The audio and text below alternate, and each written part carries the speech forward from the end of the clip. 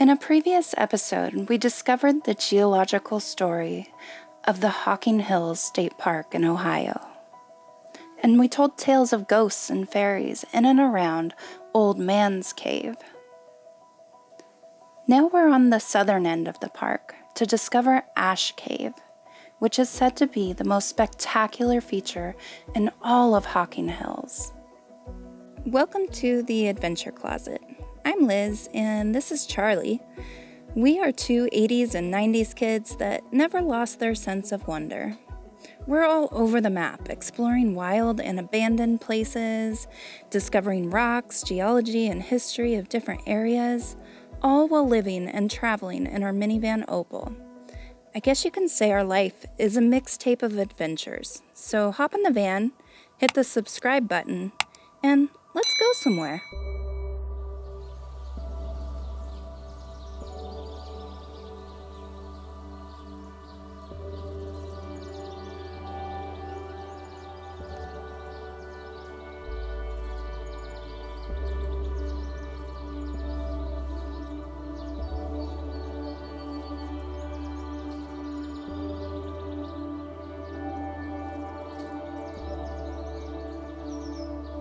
So far, this was the only ADA accessible trail we had seen, but we were glad to see that.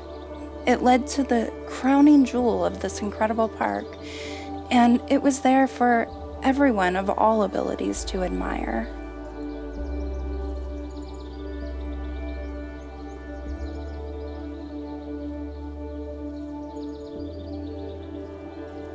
The path is an easy-going quarter-mile through a narrow sandstone gorge, forested with hemlocks, beech trees, and other hardwoods.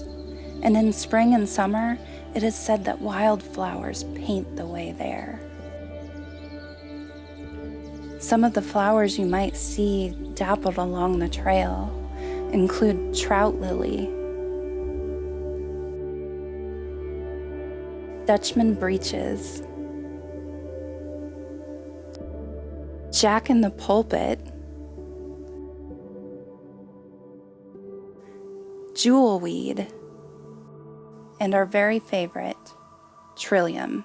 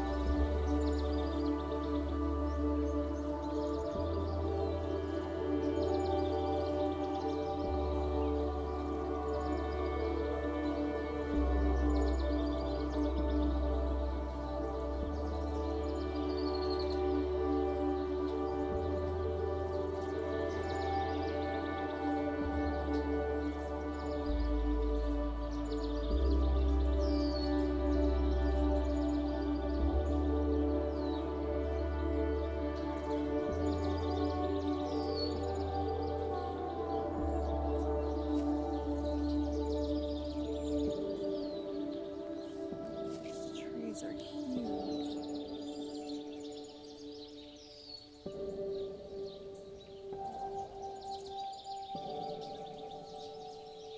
Charlie spotted a school of fish in the meandering creek before making our way to the cave.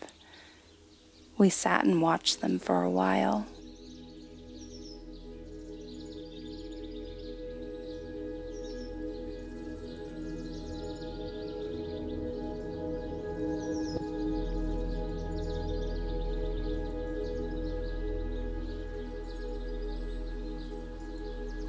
Must be the cave up there.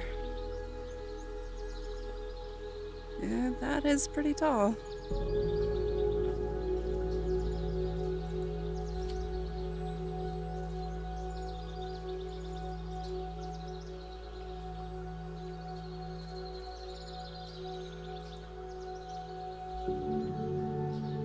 As we approached Ash Cave, it nearly stole our breath away. It was as though we were entering the belly of a large stone beast. Its mouth measures 700 feet from corner to corner, opening to an astounding 90 feet from floor to ceiling.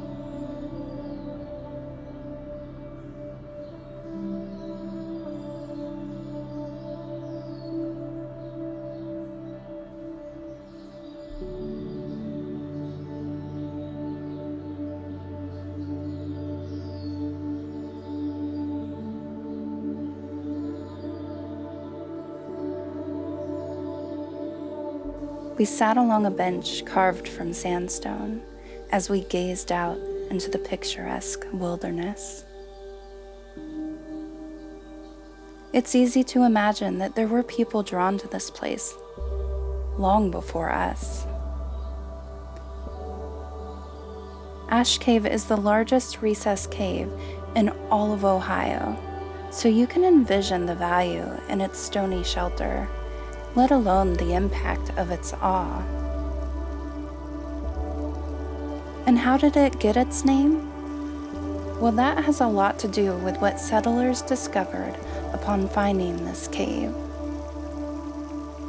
There was an enormous pile of ashes here that stretched 100 feet long and 3 feet deep.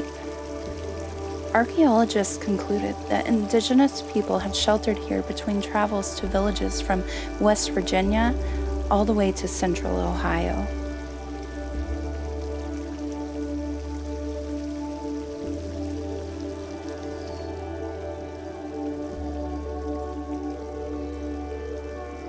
Fragments of arrows, animal bones, pieces of pottery, flint, and corn cobs were discovered within the ashes.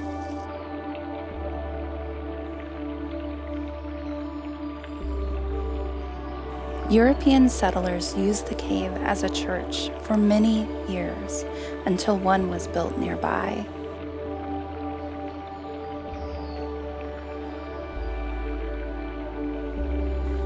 The reason being is the acoustics here were astounding, and in some spots it has the same qualities as a whispering gallery, where a secret could be heard clear across the cave. It's no wonder they chose this spot as a place of worship.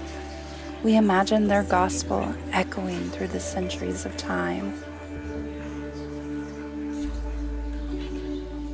A clear creek falls from the cave ceiling, landing on a plunge pool just below, creating more incredible sounds.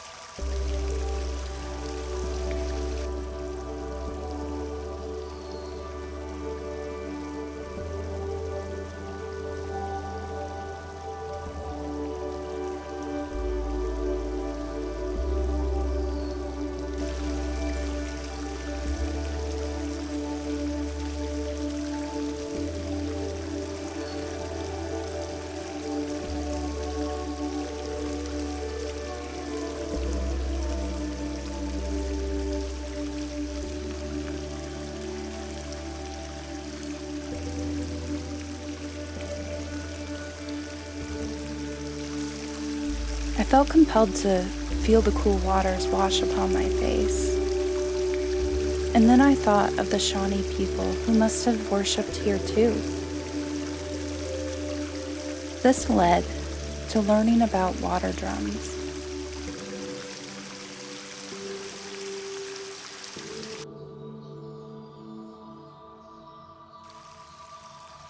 Tribes across the world have used them in ceremonies, including Ohio's very first people.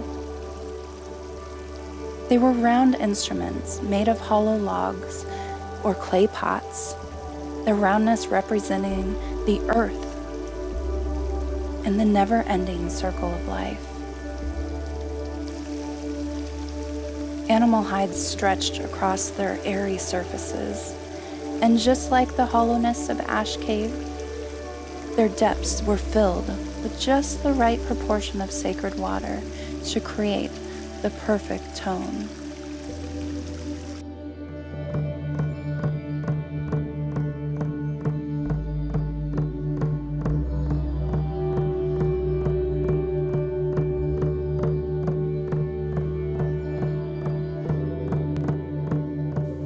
When one beat on a water drum, it is said to mimic the beating of a heart. Not just any heart, but that of the earth's.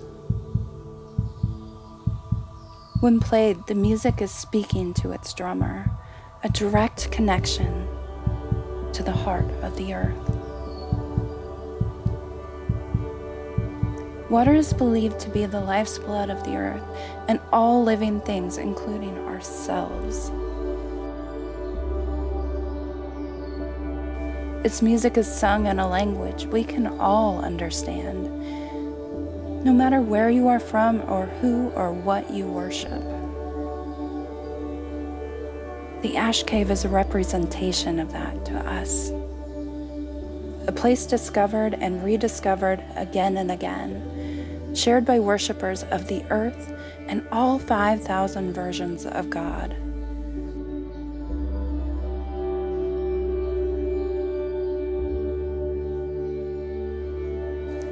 Nature is a place for all of us.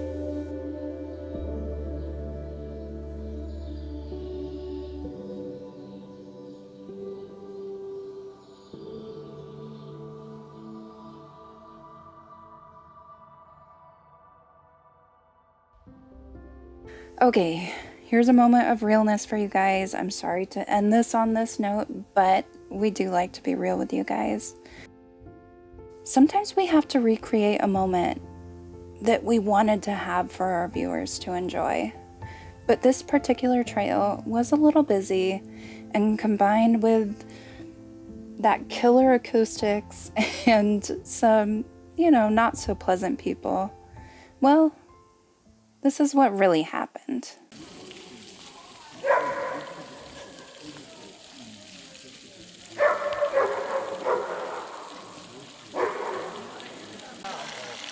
Definitely go out. Like at least go over there. There's a lot of stairs over there. So. But is there a fall? But this is the Ash Cave, right? Yeah, this.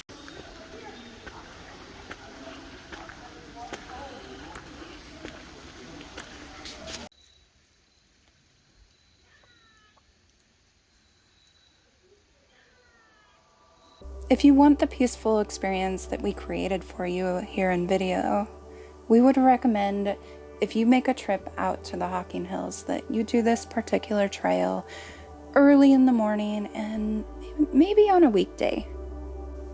And you might be able to experience the temple that we saw in this beautiful place.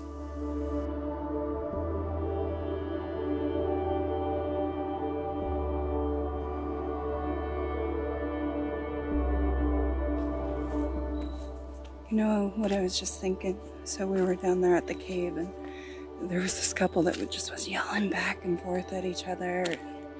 Just everybody's talking, and we're like in this sacred place. And I got to thinking, like, libraries are sacred places. When you go in there, you have your library voice and you're quiet. And I feel like nature should have that same rule. Like, when you come out to nature, be quiet and use your library voice and be present. Although You don't want to be quiet in the bear area. You gotta tell them, come through, bears.